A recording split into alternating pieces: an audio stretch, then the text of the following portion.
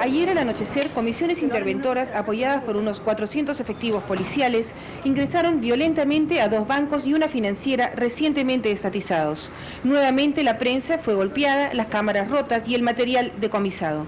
La puerta del banco de crédito, rota con una tanqueta de la Guardia Civil del Perú, solo pudo ser filmada horas después.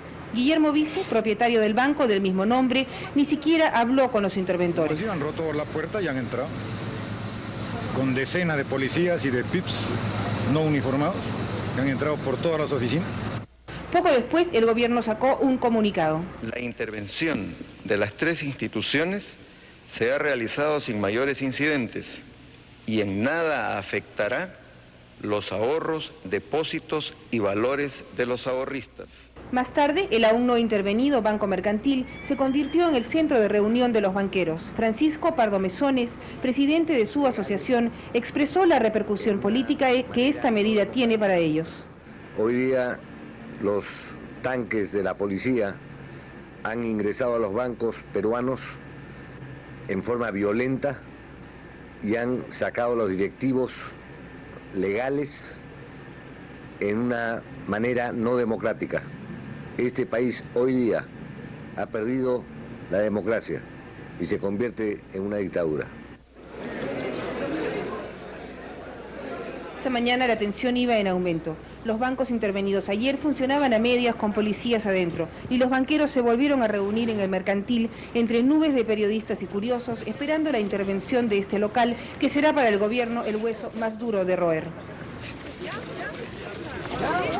Con la violenta incursión de anoche, el gobierno del presidente Alan García no solo rompió totalmente los pocos vínculos que le quedaban con empresarios y banqueros, sino también con sectores de centro y centro-derecha que lo apoyaron con sus votos. Aislado de la izquierda desde la violenta incursión a las universidades de hace algunos meses, al presidente Alan García solo le quedaría el partido aprista para gobernar frente a una seria crisis económica. En Lima, Perú, Mónica Seoane, Univisión.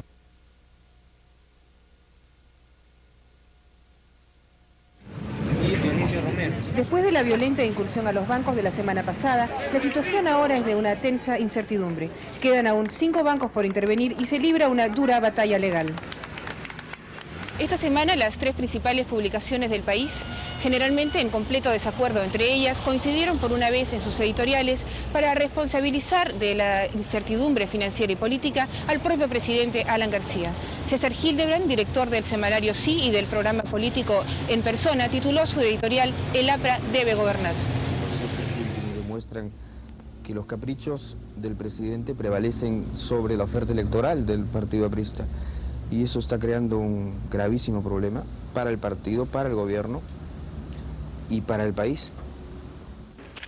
En este contexto han causado revuelo aquí las duras declaraciones del general en retiro Luis Cisneros. El general, aunque sobredimensionado por la prensa, guarda aún estrechos vínculos con los militares en actividad.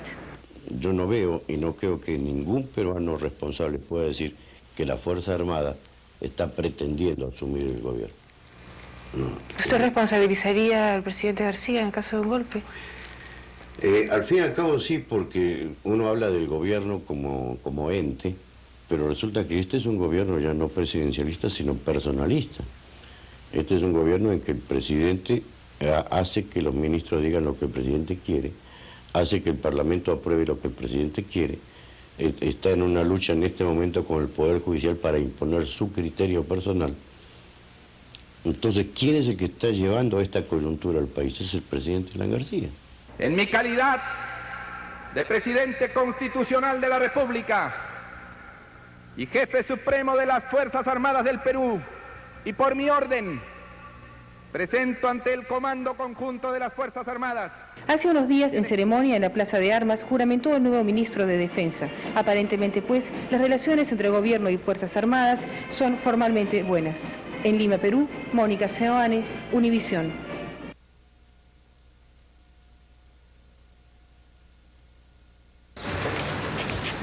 La crisis política que planteó la posibilidad de un golpe militar en el Perú esta semana se habría resuelto, con la permanencia del presidente Alan García en el poder, pero en un total aislamiento, incluso dentro de su propio partido. Solo, presenciando el cambio de guardia en Palacio de Gobierno, se ha visto obligado a retroceder, abandonando su principal bandera, la lucha con el Fondo Monetario Internacional por la limitación en el pago de la deuda externa. En esta calle, Mercado Negro del Dólar, se manifiesta uno de los fracasos del plan económico aplicado por el gobierno, la dolarización de la economía. Aquí la moneda sube y baja 200 intis en cuestión de horas. Quiero ratificar mi confianza en el pueblo peruano, que comprende cuán necesario era hacer una corrección severa en la economía para evitar mayores problemas en el futuro. Ello obligó al ministro de Economía a dirigir un mensaje al país anunciando el descongelamiento de los precios, excepto por 40 productos básicos, así como su asistencia a la reunión del Banco Mundial y el Fondo Monetario Internacional en Berlín. Es un hombre con mucha firmeza y con mucha vocación de trabajo, el ministro de Economía. ¿Piensa usted que se va a retomar las relaciones con el Fondo Monetario Internacional? Yo pienso que se tienen que tomar relaciones con el mundo internacional en conjunto. En Palacio de Gobierno, sin embargo, no se quiere admitir abiertamente la renegociación con el Fondo Monetario Internacional. Los analistas consideran que existe una aceptación implícita al plan propuesto por los Estados Unidos para que países como el Perú puedan regularizar sus relaciones con este organismo. Estos anuncios fueron hechos en un clima de redoblada vigilancia policial y militar. El presidente Alan García no duerme en Palacio de Gobierno ante la eventualidad de un golpe militar, principal elemento de presión para este giro en su política. Aunque, como es de costumbre, los militares niegan esta posibilidad. Yo opino que son solamente rumores tendenciosos, rumores malévolos, rumores que tratan de vulnerar la dignidad. Estos son los sectores más afectados por la crisis. El gobierno del presidente Alan García ha respondido con un plan asistencial que aún no se ha aplicado. Los desórdenes en las calles continuarán, habiéndose convocado a un paro nacional para el 13 de octubre.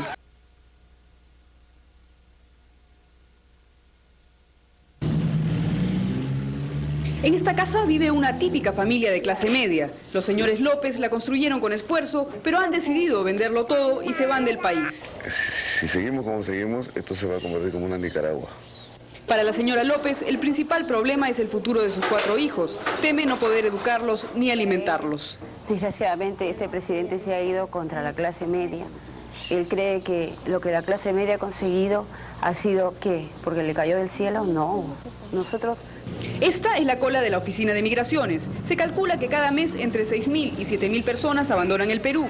Desde 1985, cuando asumió el gobierno el presidente Alan García, han salido 110.000 peruanos, 45.000 de los cuales estarían en los Estados Unidos. Muchos de ellos, jóvenes profesionales y estudiantes, a quienes la crisis económica no les augura futuro alguno. Acá la cosa está tan fea que no hay posibilidad de trabajo.